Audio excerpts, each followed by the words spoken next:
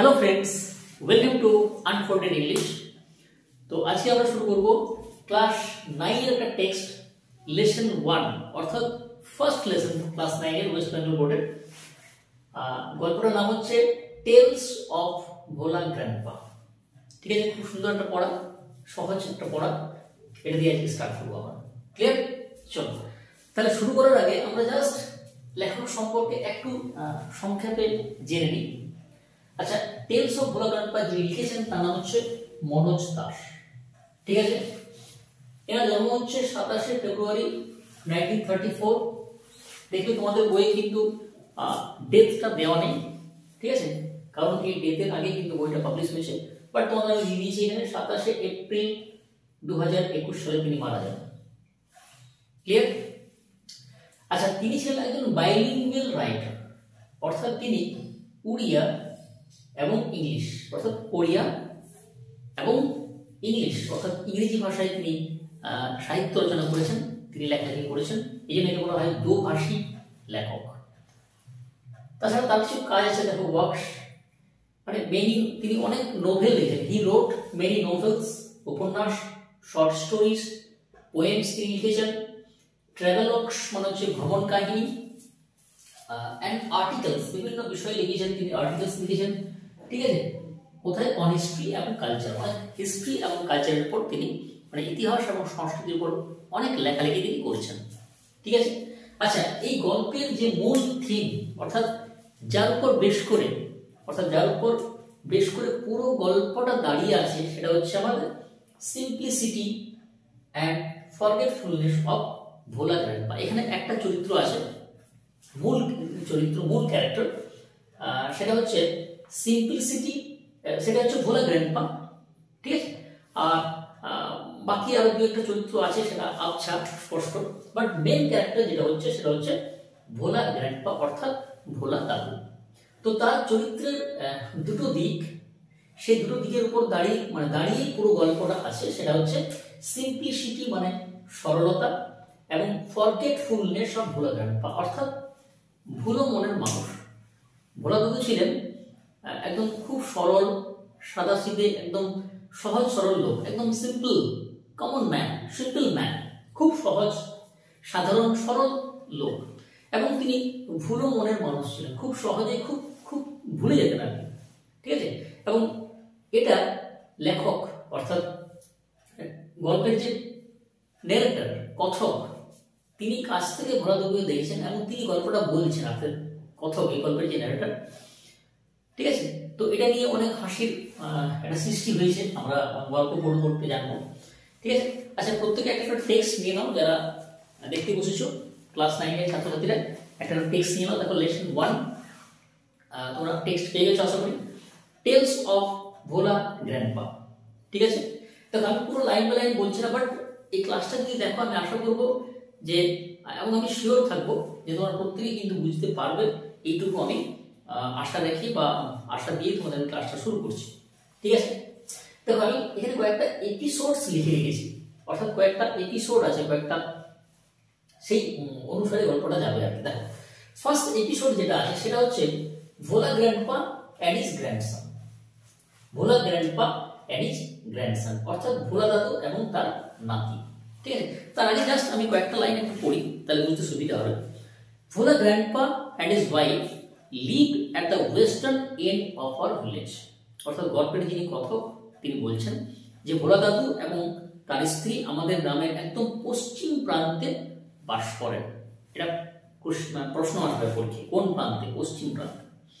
A large bakul tree overshadowed their heart. A large bakul tree overshadowed their heart অর্থাৎ একটা বড় বকুল গাছ তাদের কুড়ে ঘরটাকে মানে ছায়া ঢেকে রেখেছিল আর কি, ছায়া ঢেকে রেখেছিল। In the bakul tree lived a small troop of monkeys. সেই বকুল গাছে একটা ছোট্ট বানরের দল বাস করত। Troop of monkeys, it is a collective নাম।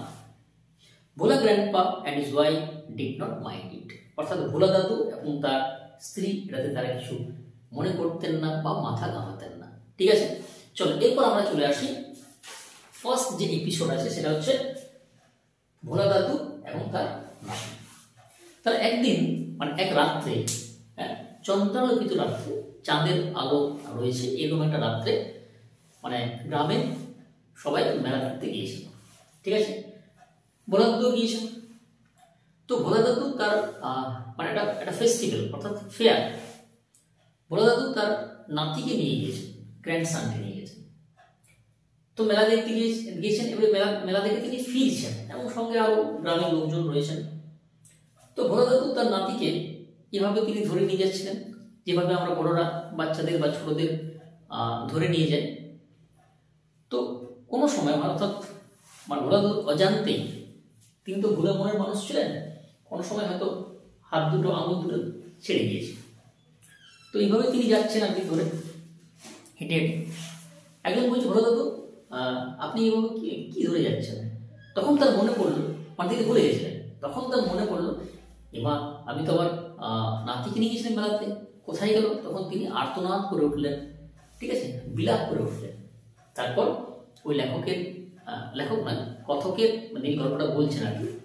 হ্যাঁ, কথকের বাবা দুজন সার্ফ আইড ম্যান, তীক্ষ্ণ দৃষ্টির লোককে তিনি পাঠালেন রাস্তার মানে মেলার দিকে পাঠালেন, মেলাতে পাঠালেন।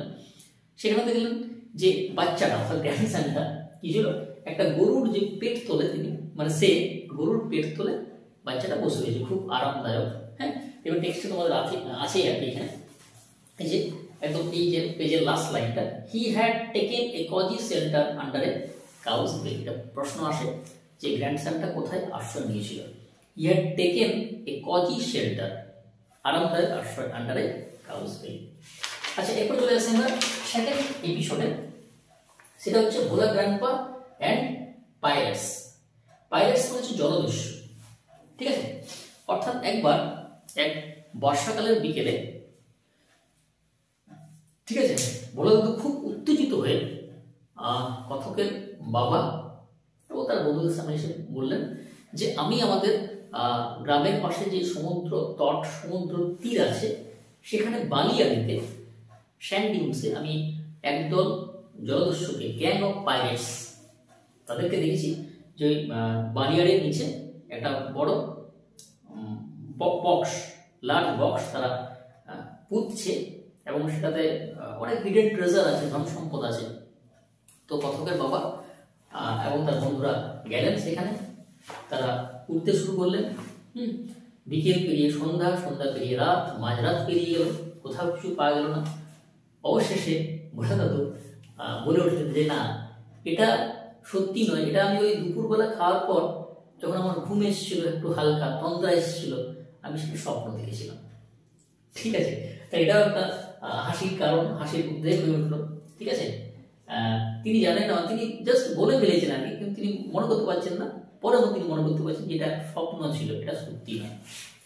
থার্ড এপিসোডে আছে ভোলা দাদু, Bhola grandpa and royal Bengal tiger, ঠিক আছে।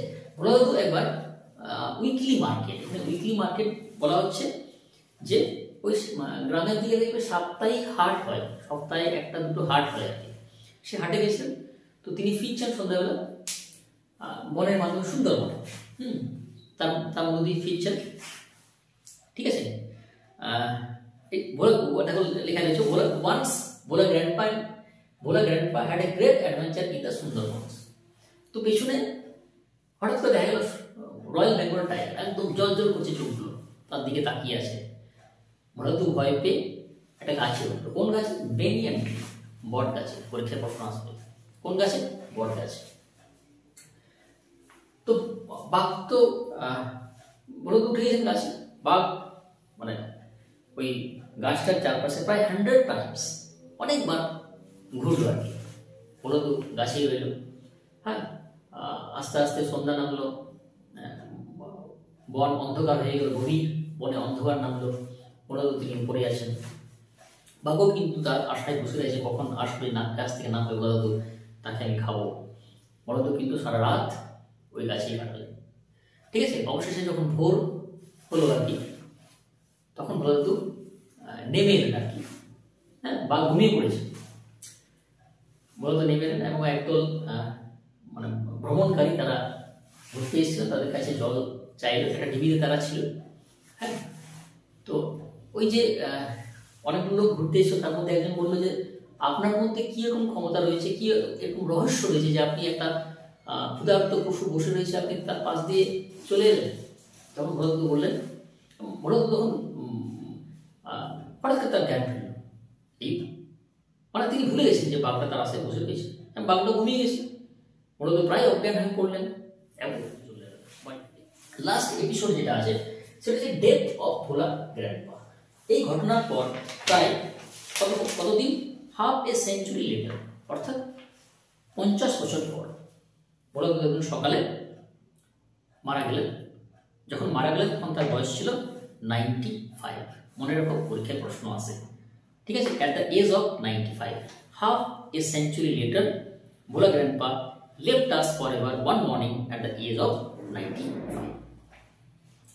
এবং তখন তার স্ত্রীর বয়স ছিল 80 ইয়ার।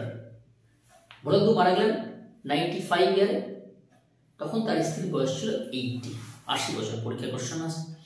এবং লাস্ট লাইনটা একটু পড়ি, she said with a sigh, অর্থাৎ তার স্ত্রী দীর্ঘশ্বাস ফেলে বললেন, the old man must have forgotten to breathe, অর্থাৎ বৃদ্ধ লোকটা নিশ্চয়ই শ্বাস নিতে ভুলে গেছেন। ঠিক আছে, তার সামনে রয়েছে বুড়োটা নিশ্চয়ই শ্বাস নিতে ভুলে গেছেন। ঠিক আছে, অর্থাৎ তিনি যেহেতু ভুলো মনের মানুষ ছিলেন, হ্যাঁ, তো তার স্ত্রী দুঃখ করতে করতে, বিলাপ করতে করতে বলছেন যে হ্যাঁ, বুড়োটা মনে হয় বা বুড়োটা বা বৃদ্ধ নিশ্চয়ই শ্বাস নিতে ভুলে গেছেন।